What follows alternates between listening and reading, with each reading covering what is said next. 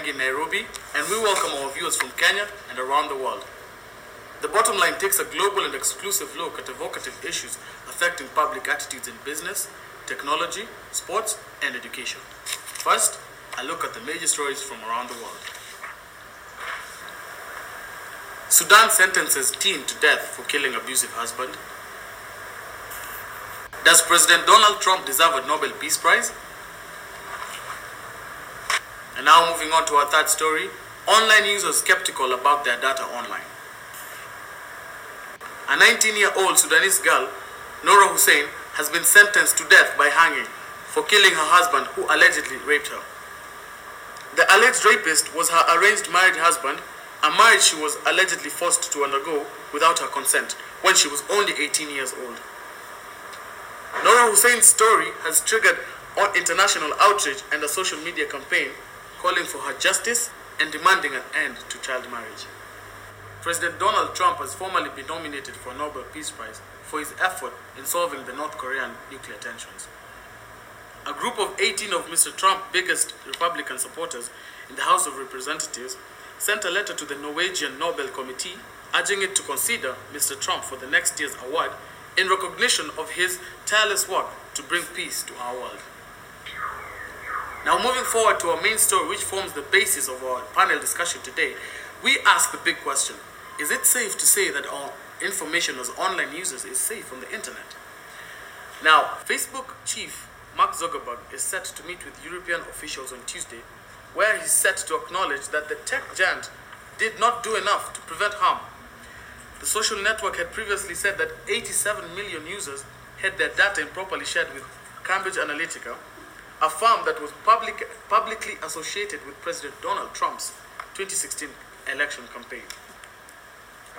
Narrowing down to Kenya, the August 8, 2017 polls were nullified, citing irregularities and illegalities, hence the system being hacked. Yet recently, Microsoft launched its first software testing center through a partnership with IT company TechnoBrains right here in Kenya. Now, this brings us back to the big question: is it safe to say that our information as online users is secure? I invite you to comment on our social media handles and tell us your thoughts using our hashtag #OnlineSecurity @PatrickMaingi. Now, out of the three major global stories we have in store for you, our main story tonight, we will be focusing on the online security issue. Out of the three global stories we have in store, our main story will be focusing on online security, and hence the big question: is it safe to say that our information as online users is safe? After the Cambridge Analytica Facebook saga that is said to have affected the 2017 August 8th polls in Kenya, are we safe as online users? We welcome our viewers to comment, and I would like to invite your opinions through our Twitter handles @Bottomline, @PatrickMaingi, using the hashtag #OnlineSecurity. Now, on our Twitter handle, I can see Joyce Moora has replied to our hashtag, saying, while online data storage devices claim your data is encrypted, there are no guarantees that data online is safe. Thank you very much, Joyce, for your comment.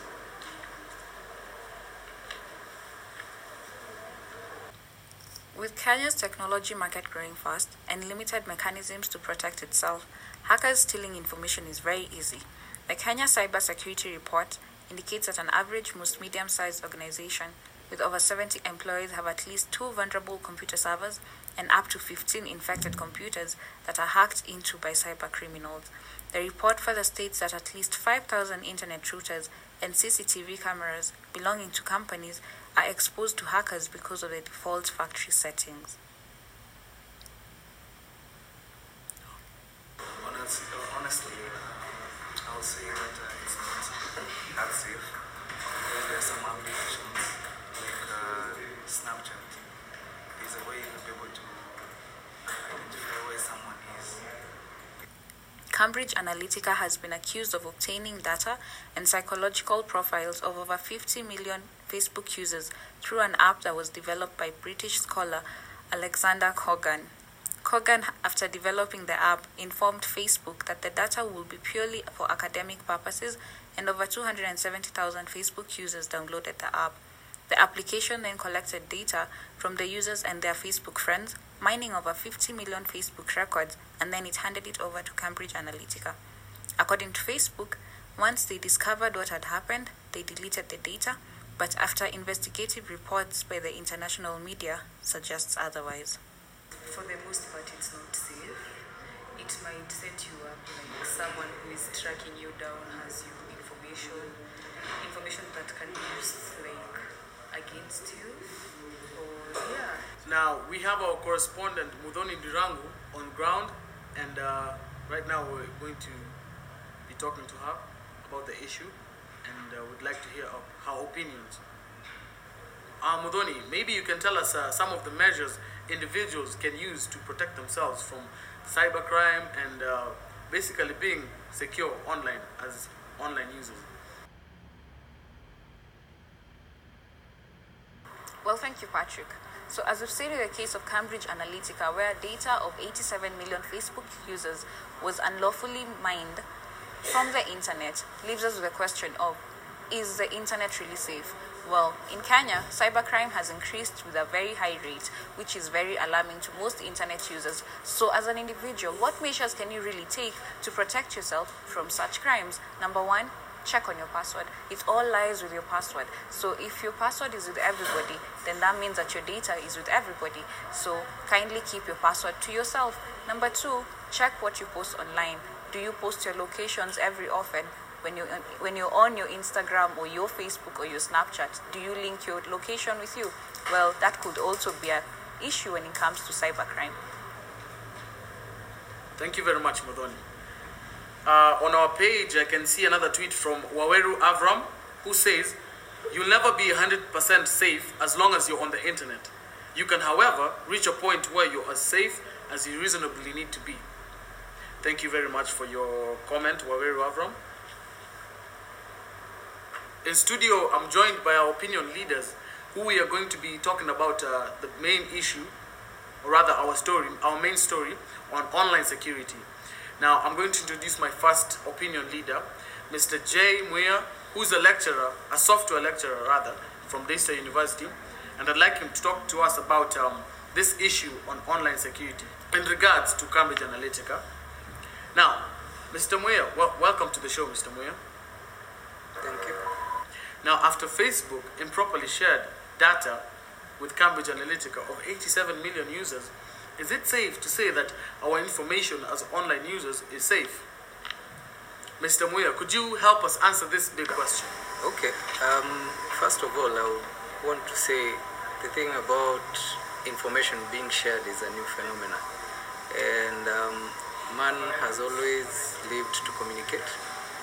And anywhere where they've been given the space or the time or the platform to communicate, they take to it like fish to water. So people took to Facebook in the same way, or social media. Let me just generalize it a bit. So what we are seeing is people have been given a platform where they feel they can express nearly every aspect of their life. Unfortunately, social media did not come with a manual for emotional intelligence. So people do not really know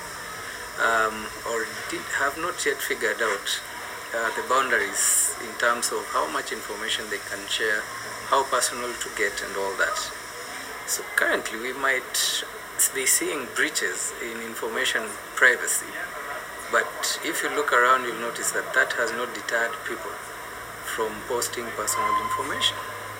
So from the point of view of the providers of the platform, that's Facebook and Instagram and all the others, information might be a bit more secure. But from the perspective of the user, is the user changing their way of communicating? I don't really think they are. So I think we might still be where we were. We might still be where people are posting a lot of information, and there are still companies which will be able to sift on that information. So we are not yet out of the woods. Okay, Mr. J. Now, I'm joined by my next opinion leader, Mr. Stone, who is a lawyer at the Harrison. Now, Mr. Stone, was it legal for Cambridge Analytica to mine data from the 87 million users from Facebook? Is it lawful? Not necessarily. There's a lot of laws with regards to privacy that are in certain ways broken. But then again, it's not a direct breaking of those laws. You see, Facebook has presented the entire community of privacy, at least the legal fraternity on privacy, a very difficult situation, because half of the information that is put out there for public use by the people whose privacy they're supposed to be protecting. So it becomes a question of, now that the information is out there and it is available to an entire public, right? How much of it is illegal when it is utilized, okay, being put out as it is to effect certain changes in terms of, like they did with Cambridge Analytica, in determining what the interests of people are, what their political viewpoints would be, and therefore what specifically a candidate needs to speak to for them to address the crowd and move a crowd. So it's not direct, okay? Let me say that it poses there's a bit of a legal quagmire as to whether it is purely illegal or it is in a gray area where it is acceptable.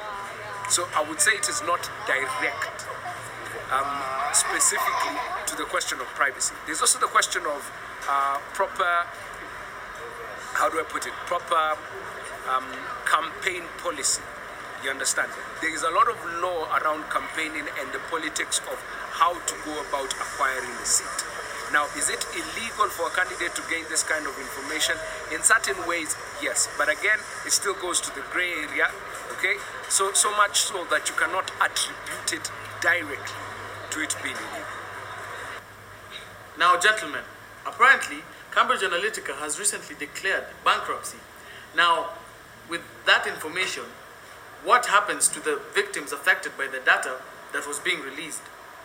Maybe we could start with you, Mr. Stone. Well, the economic reality is this, that except Cambridge Analytica be brought to justice through the criminal justice system, there really is nothing else that those victims, as it were, if you can put a face to them, that is, if you can put a face to them, there really is nothing you can do against Cambridge Analytica, okay? Because economically folding up means they have no capital from which you can draw compensation for those victims. Where you have no capital you can draw compensation from, there is no, in all honesty, even amongst us lawyers, there is no incentive for us to get involved with that case. Outside of that, even if we were to seek justice through other forms, the only other justice we can seek is to pierce the veil, go after Cambridge Analytica per individual, okay? Each individual who was involved in the case through the criminal justice system. Now, did Cambridge Analytica mine data? Yes. Can it be demonstrated that that data was specific to a particular individual? No. So the complainant will be a struggle. Now, the other option is to have them prosecuted on the basis of, or through the office of the equivalent position of a director of public prosecution, right? As a public issue. Now, while there are laws present that afforded punishment for groups such as Cambridge Analytica, at the time of most of these exercises, the law did not exist because cybersecurity, as it were, was not as well defined, or at least it wasn't as defined to state where we draw. We've taken care of territories such as theft through hacking.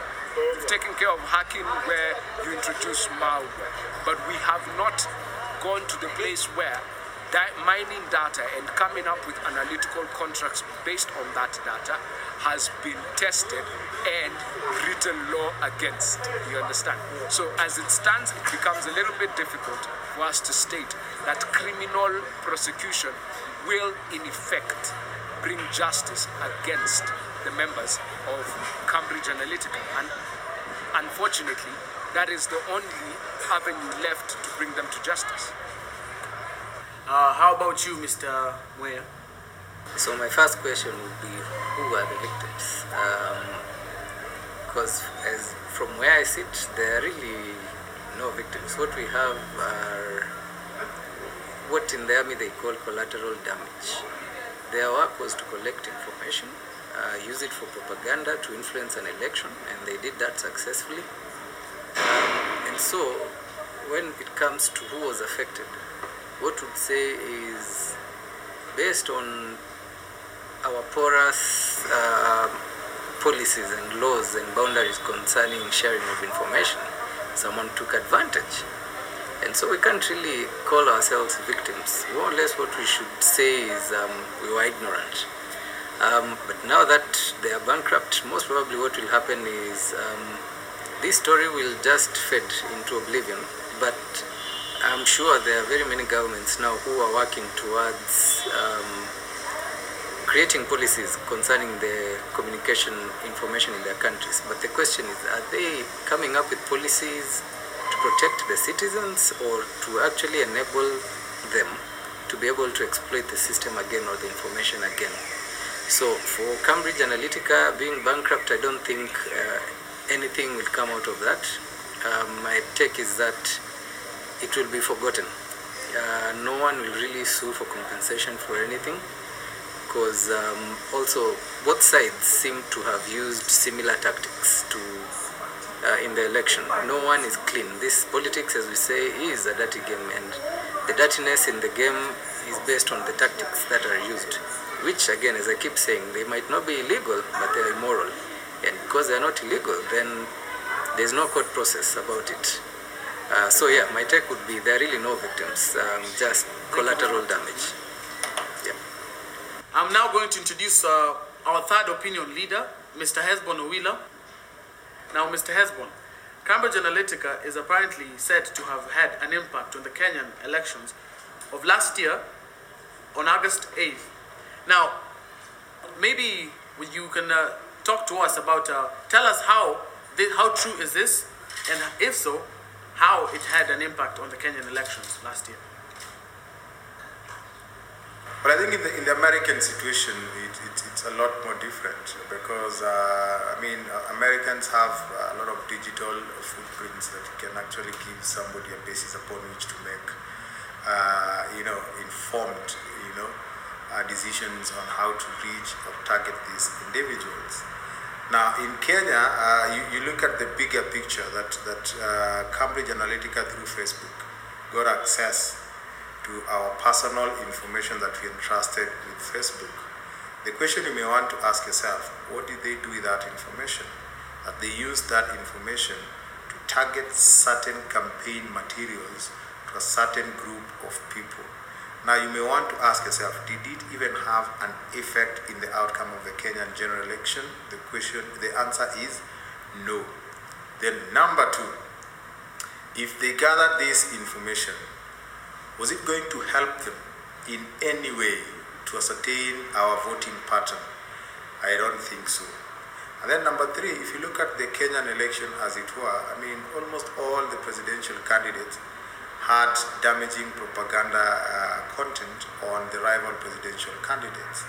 And the reason why I'm saying that all this did not have a serious impact on the outcome of the Kenyan election is simply because in any democracy, there are three categories of people that can never be influenced by whatever the media does. So if we assume that Cambridge Analytica came up with messages that were very powerful, targeting specific people, and one that came out big is messages about Raila Odinga and how he's dangerous, you may want to ask yourself, who are these three categories of people that were not affected? One, the media cannot affect people who are knowledgeable about politics. It cannot. So if they had propaganda messages about Raila or about Uhuru, if whoever they are reaching with that knowledge is already knowledgeable and understand the Kenyan politics, that person, chances are he was not even swayed by those messages. And I can confidently say that majority of Kenyans who participate in the electoral process are quite knowledgeable. Then the second category are people who have no access to the media. Now you look at internet penetration in Kenya, 3G coverage for instance is at I think 78%, and that is just coverage. So the people who have access to the internet are way less than 78%. And if you look at those numbers, it means that if there was any effect, if there were any Kenyans who were not heavily involved or informed about politics and they were reached on the online platform, they are very few. So in a nutshell, I wouldn't say that it had a very serious impact, but it is important to note that as Kenyans, we need to be very wary about our sources of information and the kind of information that we consume. I can see another tweet on our page from Eve Chalo, who says, data online is never safe and has never been safe. That's why countries like the UK and now Kenya have cybercrime laws to reduce online bullying. Thank you very much, Eve, for the comment.